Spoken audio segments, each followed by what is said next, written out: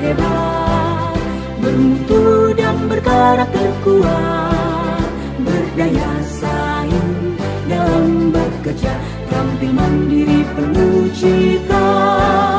Jadilah kita generasi bangsa, potensi yang unggul merata, berwawasan tinggi, berbudi mulia, giat belajar, selalu berusaha.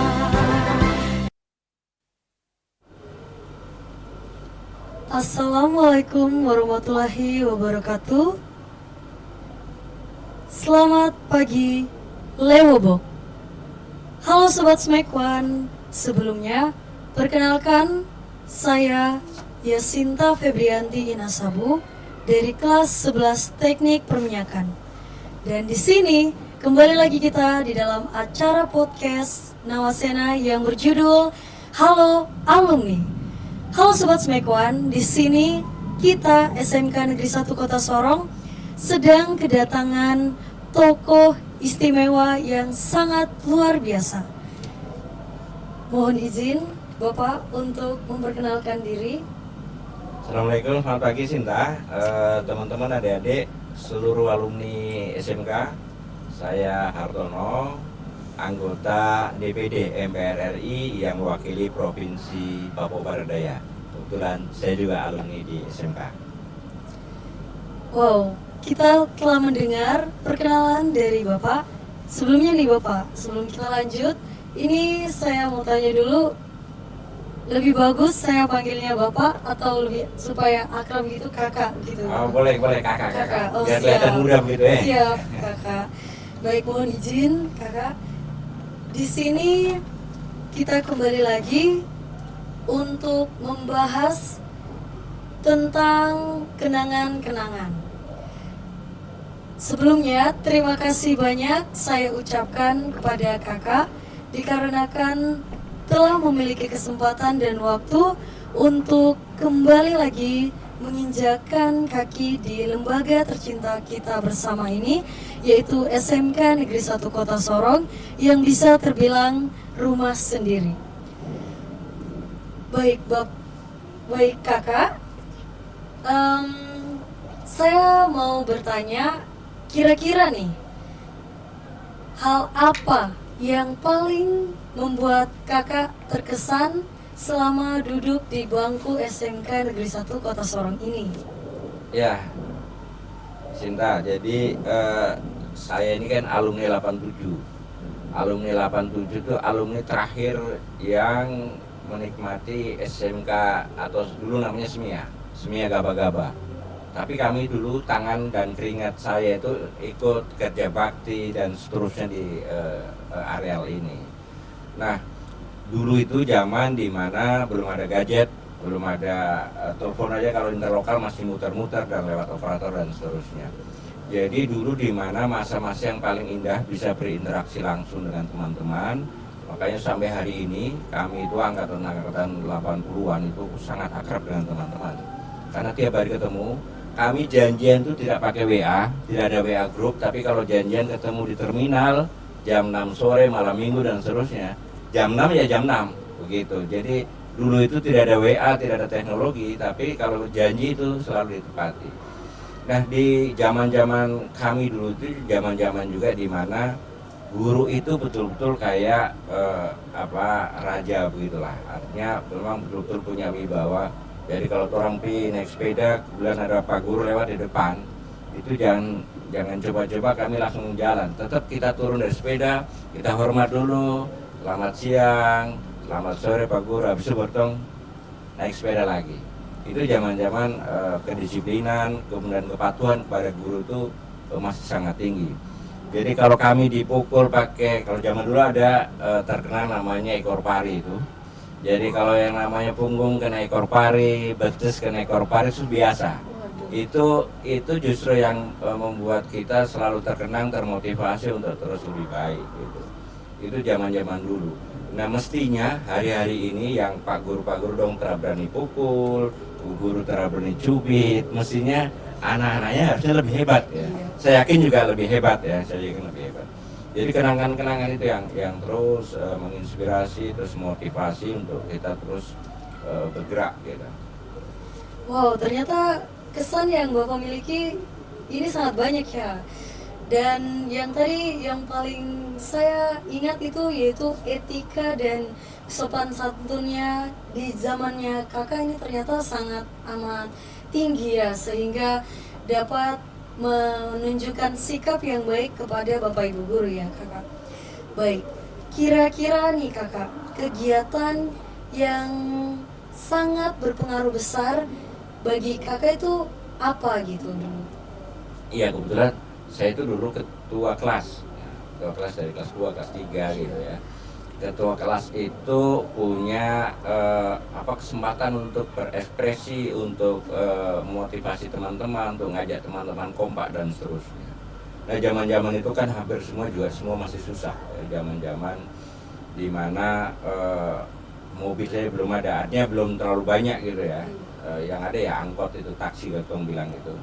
Bahkan sebagian besar itu jalan kaki. Nah, ketika jadi leader itu, jadi ketua kelas itu, saya dulu nyari uang kas itu bukan dari iuran, karena memang teman-teman juga untuk diajak iuran, uang jajannya tidak ada gitu kan. Ya ada sih sebagian, tapi sebagian lain itu tidak ada. Hanya termotivasi bagaimana nyari uang kas lewat pertandingan dengan antar kelas, pertandingan antar sekolah dengan kelompok-kelompok Karang Taruna. Dari situ kita dapat uang kas untuk membantu teman lain yang kekurangan untuk bayar SPP dan seterusnya. Dulu SPP zaman saya itu kalau tidak salah 2.000 apa? Satu bulan 2.000, tapi ya tentu 2.000 dengan kurs yang sekarang ya mungkin sekitar berapa ya, 200 apa? Mungkin sekitar itu. Nah, zaman saya juga tentu belum ada teknologi seperti sekarang. Nah, zaman saya itu ada namanya cording dulu, coretan dinding. Itu juga untuk mengekspresikan bakat-bakat teman-teman. Jadi ada yang meliput kegiatan apa dan seterusnya. Walaupun dulu masih pakai mesin ketik, tapi ditempel di dinding kelas, kemudian dibaca sama teman-teman. Apalagi sempat kami mengkritik soal zaman dulu ada namanya forecast itu. Kami sempat membuat kritik sosial soal forecast, dibaca sama bu guru PMP kalau tidak salah. Dan itu rasanya senang sekali gitu. Ya. Jadi kita beda konteks saja, beda frame saja. Tapi sebetulnya kan ada orang yang hidup di zaman sekarang dengan kami yang di era 80-an sebetulnya kan hampir sama, cuma frame-nya aja yang berbeda. Baik Bapak, dari kegiatan yang sudah Bapak ceritakan ini ternyata sangat menarik ya. Karena ini benar-benar sangat memotivasi sehingga bisa mengajak teman-teman lain untuk mencari dana sehingga bisa dikumpulkan dan dibagikan kepada teman-teman yang berkebutuhan. Baik kakak. Dan saya menjadi penasaran nih kakak, kira-kira kenapa kakak bisa memikirkan untuk membangun mulai dari yang kecil, yaitu yang tadi mengumpulkan dana melalui kegiatan-kegiatan sparring ataupun turnamen antar kelas dan jurusan. Itu kira-kira jurusannya kakak dulu itu apa ya? Saya dulu jurusan akuntansi sebetulnya ya. Jurusan akuntansi, jurusan yang dulu ya agak paling tertinggi lah di levelnya. Itu stigma aja, sebenarnya semua jurusan sama, cuma stigmanya karena akuntansi harus ngitung-ngitung, harus butuh kecermatan, ketelitian, ketekunan dan seterusnya. Jadi jurusan akuntansi kalau orang yang malas belajar kadang-kadang tidak berani ngambil itu. Karena akuntansi sesuatu yang siklusnya jelas, gitu, gampang.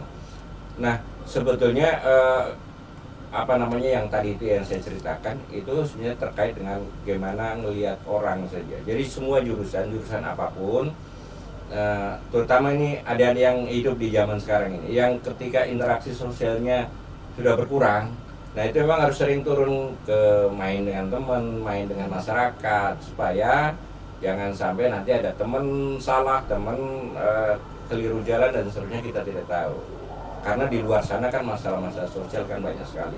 Sementara kita, anak-anak sekarang terutama, generasinya Yasinta lebih banyak di depan gadget. Nah, kami memang dulu non gadget, tapi mestinya meskipun sekarang ada gadget, karena ini sudah perubahannya sudah 10 tahun, 20 tahun terakhir, mestinya juga sudah ada keseimbangan antara online dan juga offline gitu ya. Nah, sehingga interaksi dengan masyarakat, interaksi dengan orang tua, dengan teman dan seterusnya harus lebih tinggi lagi. Ini memang saya amati gitu, kenapa kepedulian anak-anak sekarang agak menurun dikit ya. Ya karena itu, karena mungkin interaksi sosialnya agak berkurang. Gitu. Baik kakak, ternyata dari kegiatan yang kecil itu, kegiatan mulai dari kebersamaan dalam mengumpulkan dana untuk memperhatikan teman-teman yang berkebutuhan itu ternyata menciptakan dampak yang sangat besar ya bagi teman-teman dan lingkungan sekitar kakak. Ini sangat amat terkesan sekali karena ini juga sebagai bentuk bagaimana kita siswa-siswi seharusnya berperan ya di dalam lembaga kakak. Baik kakak.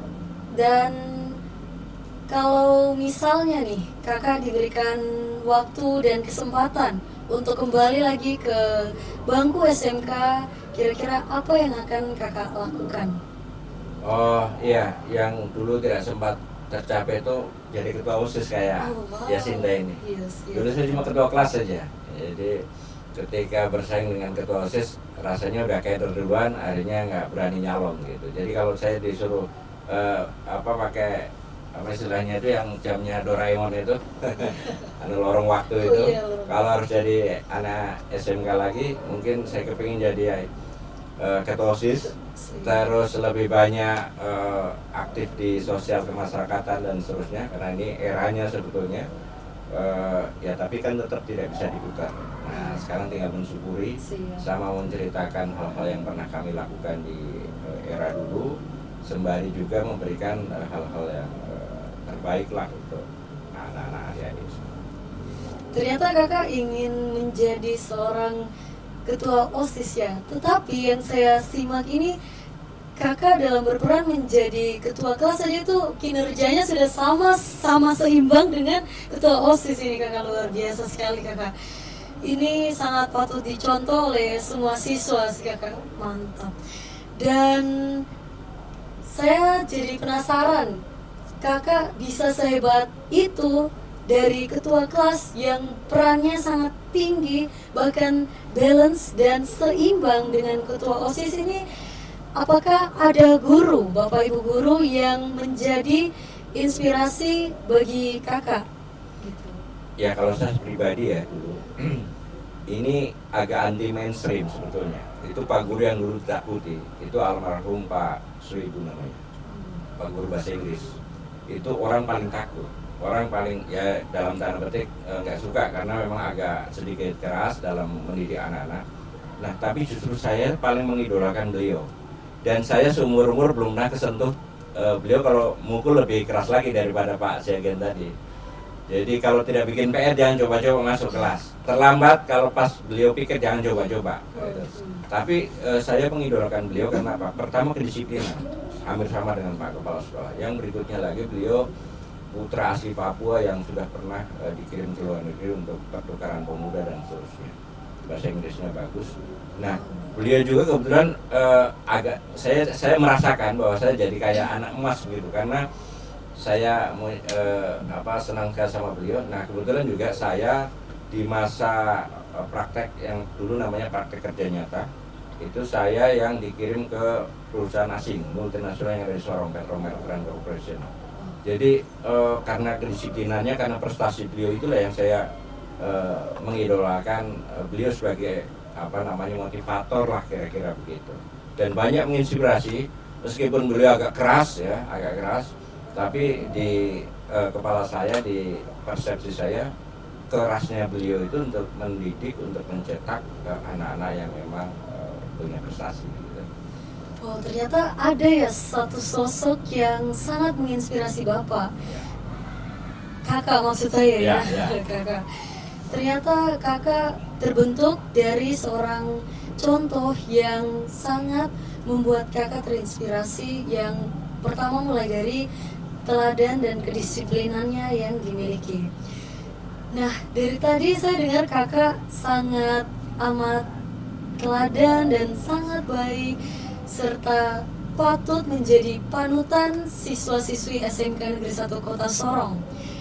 Saya sangat penasaran apakah kakak pernah melakukan suatu kenakalan saat masih di bangku SMK ini, dan kira-kira kenakalannya itu apa sih kakak?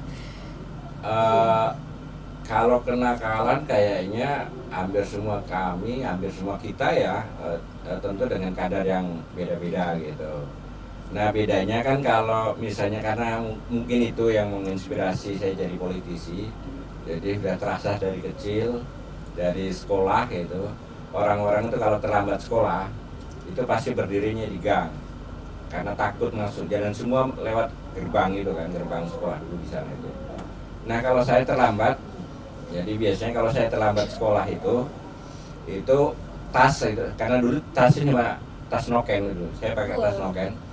Jadi tas noken isinya mungkin 1, 2, 3 buku, nggak ada ya barang-barang harga. Nah kalau masuk sekolah kalau terlambat, itu tas saya titip di kantin yang di luar sekolah. Iya Pak. Kantin di situ ya pura-pura bikin diri tidak terlambat gitu. Jadi Pak Guru yang bikin dong tahu, tapi jangan dicontoh ya. Nah ini salah satu triki gitu supaya kalau misalnya terlambat tidak masuk dalam barisan yang kena sanksi gitu. Soalnya nanti kalau masuk situ pasti kerja bakti apa semua kita terlambat mengikuti pelajaran. Itu salah satu triki ya kenakalan yang saya tidak pernah ceritakan zaman itu. Karena nanti kalau yang lain ikut juga repot juga ketahuan. Wah ternyata kakak ini pernah melakukan kenakalan kecil ya, yang dimana sebenarnya itu jangan dicontoh untuk kita sekarang, tetapi itu juga dulu dilakukan pasti supaya kakak bisa terhindar dari terlambat masuk jam pelajaran kakak. Baik. Dan berikutnya ini saya ingin menanyakan ke kakak, kira-kira motivasi apa yang bisa membawa kakak terjun ke dunia politik, yang selain dari salah satunya yang tadi sudah kakak sebutkan, itu kira-kira motivasinya apa sih kakak?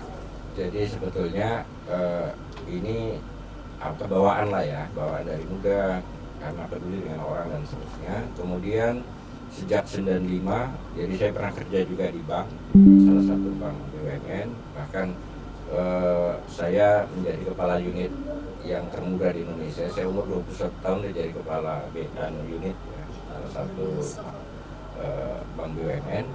Kemudian sejak 95 saya di lembaga keuangan mikro yang memang berinteraksi dengan orang-orang susah.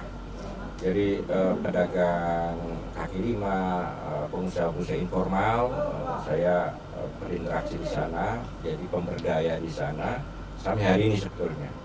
Nah kemudian tentu dengan interaksi sosial, dengan kepedulian dan seterusnya, itu mau tidak mau mendorong ke arah politik. Kenapa mesti ke politik, ke lembaga formal? Tentu kami berpikiran kalau saya tetap di situ, di lembaga yang saya kelola, yang saya aktivisi sejak 95 itu, mungkin yang saya bisa bantu cuma 100 orang. Tapi ketika saya jadi pejabat publik yang punya kewenangan, punya akses ke kekuasaan dan seterusnya, saya bisa bantu lebih banyak orang lagi gitu. Saya bisa bantu lebih banyak orang lagi. Dulu saya mungkin bisa ngasih beasiswa lewat dana sosial saya di lembaga itu sekitar 100 orang, 10-20 orang. Tapi begitu jadi anggota DPD, itu bisa menyalurkan PIP misalnya. PIP ke 1.000 orang lebih, anak-anak yang ada di bawah Bardaya. KIP juga begitu. Kemudian saya diamanai di DPD anggota Komisi 3. Komisi 3 itu menangani pendidikan, kesehatan, olahraga, agama dan seterusnya. Nah, jadi itu ketika saya masuk ke politik, itu kekuasaannya bisa lebih banyak, bisa banyak membantu orang lebih banyak lagi. Gitu. Jadi meskipun di sana juga sudah membantu orang, tapi di sini bisa membantu orang lebih banyak lagi. Jadi filosofi itu yang dorong saya masuk ke ranah politik. Gitu. Oh luar biasa sekali ya kakak, mulai dari peduli terhadap sosial sehingga bisa membawa kakak terjun ke dunia politik. Jadi mulai dari lingkup yang kecil ya kakak, betul. Memberikan sikap yang peduli, mulai dari lingkup kecil ke lingkup yang besar hingga saat ini kakak terpilih dan dipercayakan menjadi seorang pemimpin daerah, kakak. Dan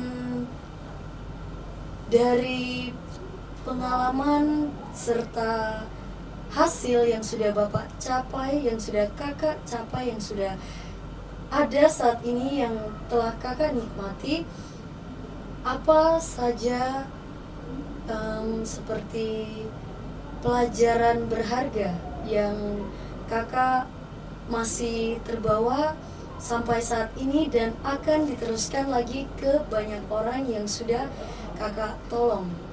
Jadi pertama begini,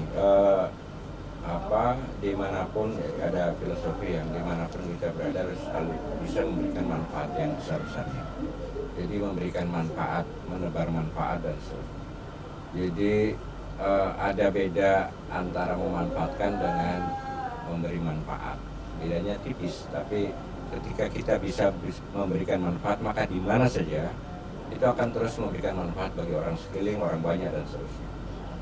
Bukan sebaliknya, di mana saja kalau yang dalam tanda petik saudagar jelas itu, maka dia akan di mana saja akan memanfaatkan, mau dia jadi pejabat, mau jadi pedagang, tetap akan memanfaatkan. Itu yang pertama. Yang berikutnya yaitu bagaimana kita mencegah keburukan, kemungkaran dan seterusnya. Ini juga mudah-mudahan ditonton sama adik-adik SMK ya. Jadi ini terutama dalam berinteraksi sosial. Jadi kalau misalnya ada teman yang berbuat jahat atau berbuat yang di luar norma, di luar kepantasan, ya memang harus berani menegur. Harus berani menegur. Karena apa? Itu ibaratnya kalau kita tinggal satu komplek, tetangga kita kebakaran, terus kita diam-diam saja, nanti kalau kita diam-diam saja, rumah kita kebakar juga. Ya. Jadi begitu juga dengan misalnya narkoba atau apa saja, minuman keras dan sebagainya. Kalau ada teman yang begitu, harus berani tegur. Adik, kita masih ini dan seterusnya. Teman, kawan dan seterusnya. Jadi harus berani negur, harus berani. Kalau enggak nanti kita juga akan kena. Kita mau langsung atau tidak langsung akan kena. Gitu ya. Mungkin kita tidak, mungkin adik kita dan seterusnya, atau teman saudara kita dan seterusnya. Jadi memang harus menjadi yang pertama berikan manfaat, yang kedua harus berani nahi mungkar lah kira-kira gitu. Berani menegur kalau misalnya teman komunitas salah, tentu dengan cara masing-masing. Baik, ternyata pelajaran yang kakak bawa sampai sekarang ini dan yang mau kakak teruskan itu yaitu harus menggunakan kesempatan untuk memberi dan membawa manfaat ya kakak, bukan sebaliknya. Dan juga sebagai seorang pemimpin seharusnya dan sudah selayaknya untuk memberikan teguran, karena yang seperti kita ketahui bahwa seorang pemimpin memiliki kewajiban yang besar sehingga harus berani menegur ya kakak. Karena kalau seorang pemimpin tidak berani menegur berarti selesai sudah jalannya riwayat hidup. Baik, itu ternyata sangat luar biasa sekali ya kakak, dari pengalamannya sehingga kakak bisa terbentuk menjadi sosok pemimpin yang sangat luar biasa sekali dan bisa menjadi panutan untuk siswa-siswi SMK Negeri 1 Kota Sorong ini. Dan kakak ini alumni tahun 87 ya? Iya, 87. Wow, 87. Kalau dihitung-hitung tidak bisa terhitung sih kalau kamu saya. belum ada, tapi Iya. isinya belum, masih ada di langit sana kan? masih lihat Bapak masih ada. Ya. Iya, saya mau tanya nih Pak. Saya mau tanya ke kakak, kira-kira waktu tahun 87 ketika acara sekolah, acara ulang tahun sekolah itu merayakan apa aja sih kakak di sekolah, seperti kegiatannya atau bahkan kegiatan yang diselenggarakan untuk memperingati dan merayakan sekolah dan rumah kita ini apa kakak? Nah kebetulan itu di zaman saya 3 tahun itu masuk 84 ke 87 itu tidak ada perayaan sekolah, tidak ada perayaan hari ulang tahun. Perayaan ulang tahun itu pertama di tahun 80 setelah kami lulus, 89 ya 89. Jadi sebelum mungkin belum terpikir, ya tentu beda tradisi, beda budaya ya. Bahkan upacara pun waktu itu upacara untuk khusus hari ulang tahun itu belum ada.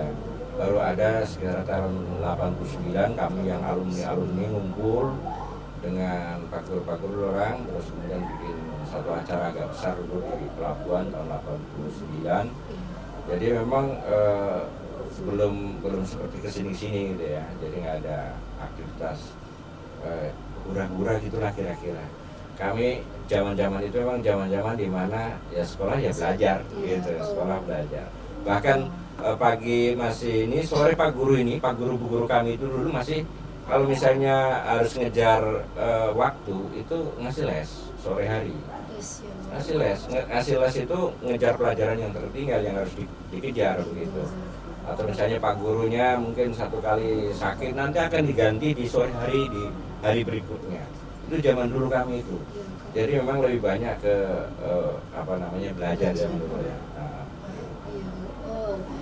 Tidak merayakan waktu itu belum sempat ya Kak? Belum ada penetapan ulang tahun. Iya betul.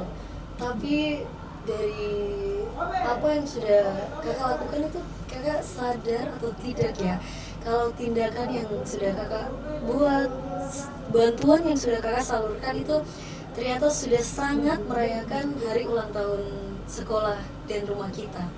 Dan ini patut diapresiasi sekali Kakak, karena tadi juga Kakak sempat kumpul ya, membuat perkumpulan untuk menciptakan suatu acara ya, untuk memperingatkan acara. Ternyata Kakak setelah lulus, Kakak tidak lepas tangan gitu saja ya dengan rumah kita, dengan SMK di satu Kota Sorong. Tetapi ternyata memang benar-benar Kakak sangat peduli sekali ya, sehingga Kakak menunjukkan sikap peduli itu dengan sangat baik, sehingga bisa generasi berikutnya, generasi di bawahnya Kakak bisa merasakan yang belum pernah Kakak rasakan, sehingga ini bisa dibilang dan dinyatakan bahwa ini adalah pencapaian besar untuk kakak-kakak, terlebih Kakak sendiri yang sudah menciptakan hal yang belum diciptakan oleh sekolah. Mantap. Berarti Kakak ini merupakan salah satu agen perubahan yang dimana sangat berdampak sekali bagi lembaga SMK Negeri 1 Kota Sorong ini. Dan kalau untuk sekarang sih mungkin dari pengalaman yang sudah diambil dari masa sebelumnya ya Kakak, di sekarang ini sih kita terutama Bapak Ibu serta Bapak Kepala Sekolah dan juga bekerja sama dengan kakak-kakak alumni ingin merencanakan acara besar bagi perayaan dan peringatan SMK Negeri 1 Kota Sorong, supaya hari lahirnya SMK Negeri 1 Kota Sorong lebih termaknai lagi, sehingga kakak-kakak alumni termasuk kakak juga di tahun yang sebelumnya yang belum merasakan, sehingga bisa merasakan yang lebih besar lagi dan lebih bermanfaat serta bermakna lagi di kehidupan kita sekarang ini.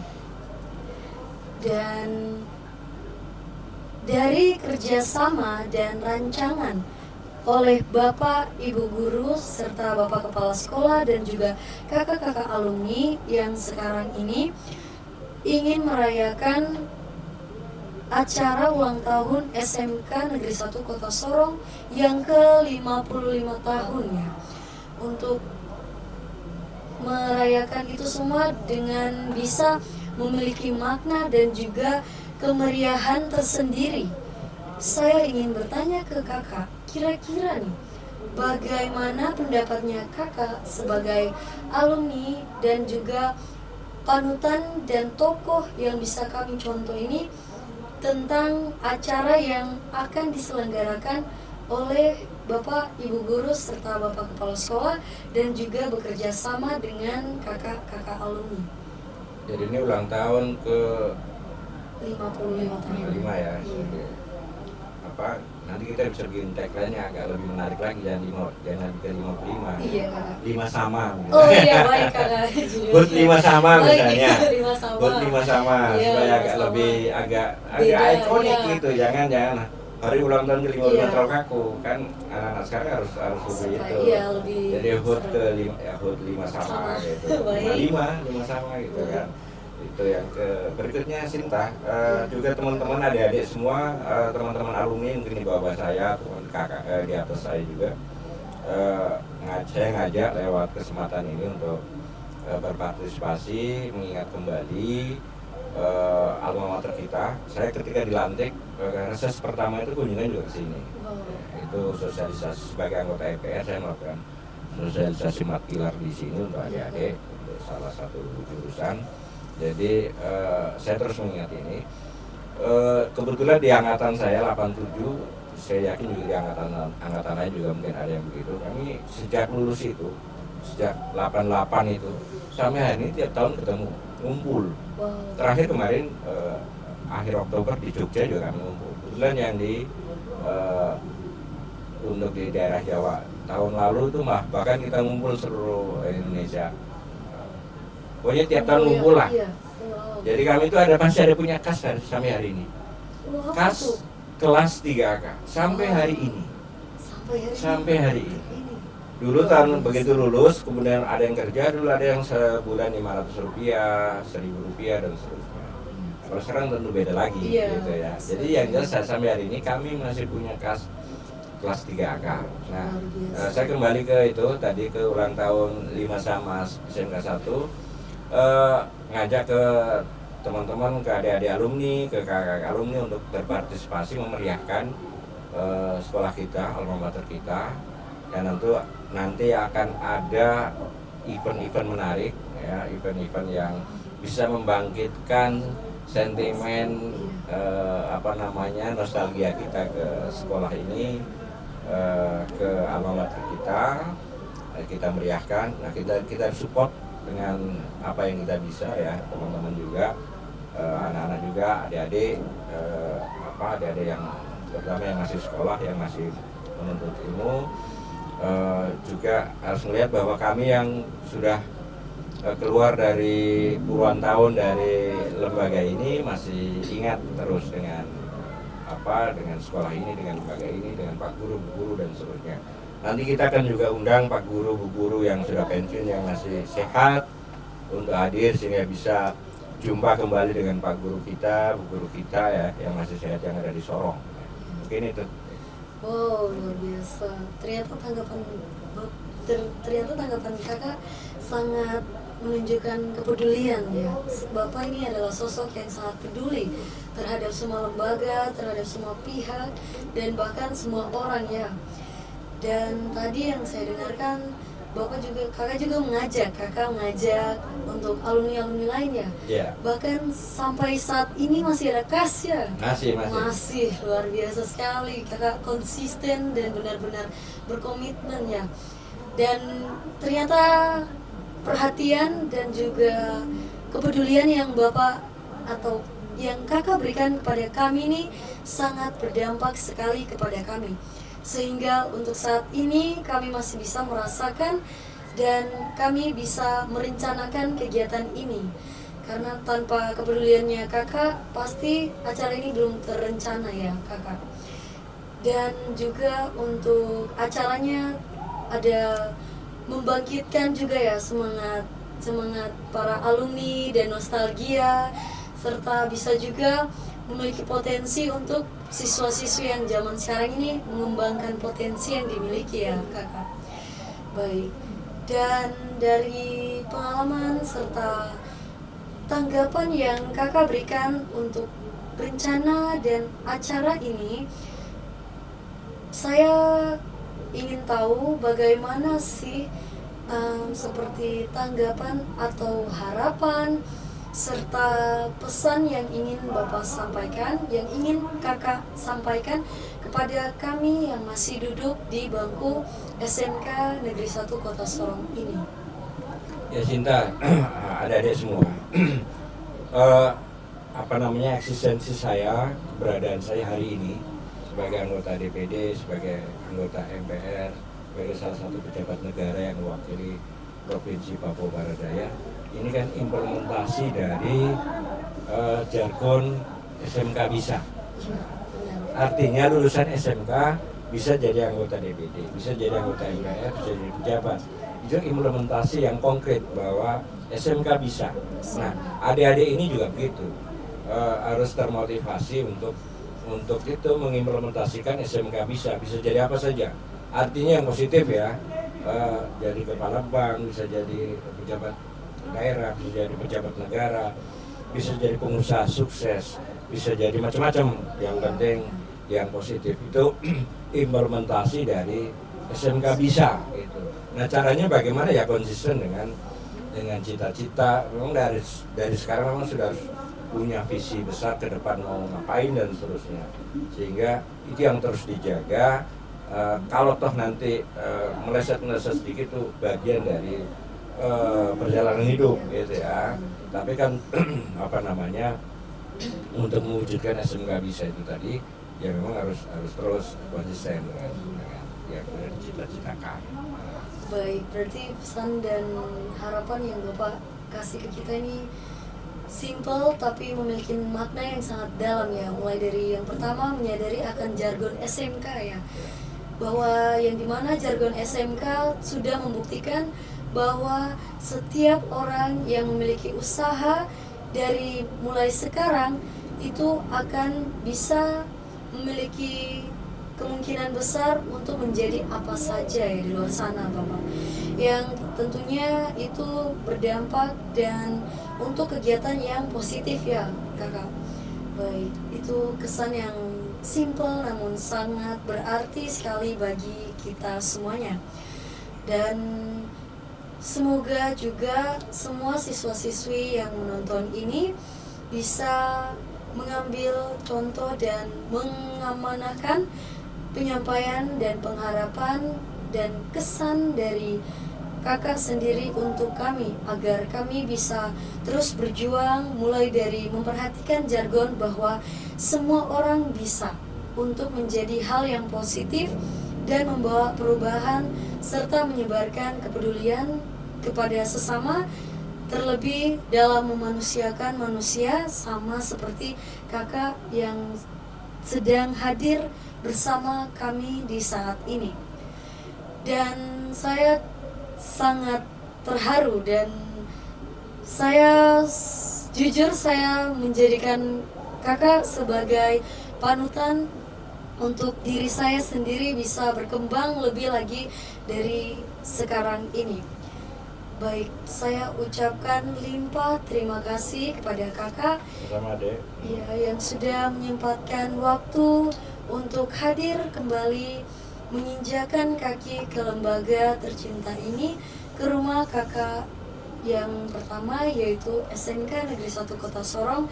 Dan terima kasih juga Kakak telah memperhatikan kami, Kakak telah menunjukkan sikap kepedulian kepada kami, sehingga rencana-rencana yang kedepannya telah direncanakan ini dapat dan bisa dibilang akan berhasil.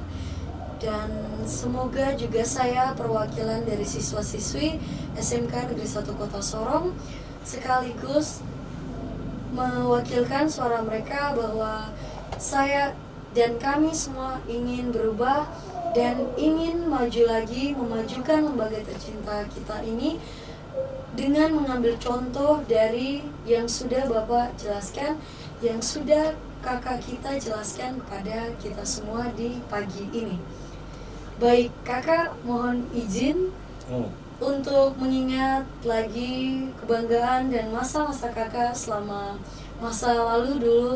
Kita akan menutup podcast dengan judul Halo Alumni ini dengan menggunakan jargon kebanggaan SMK Negeri 1 Kota Sorong.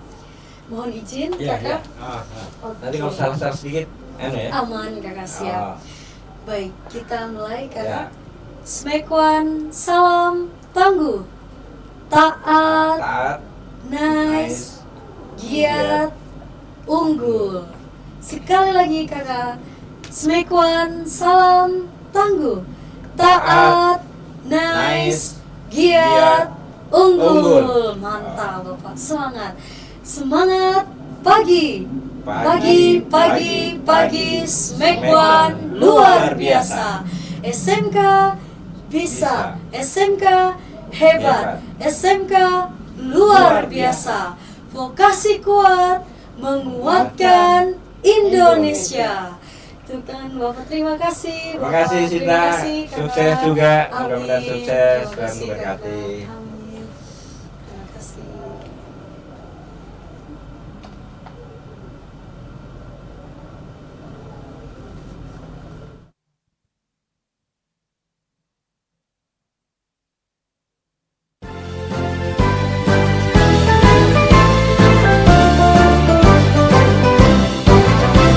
SMK bisa, SMK hebat, bermutu dan berkarakter kuat, berdaya saing dalam bekerja, tampil mandiri penuh cita.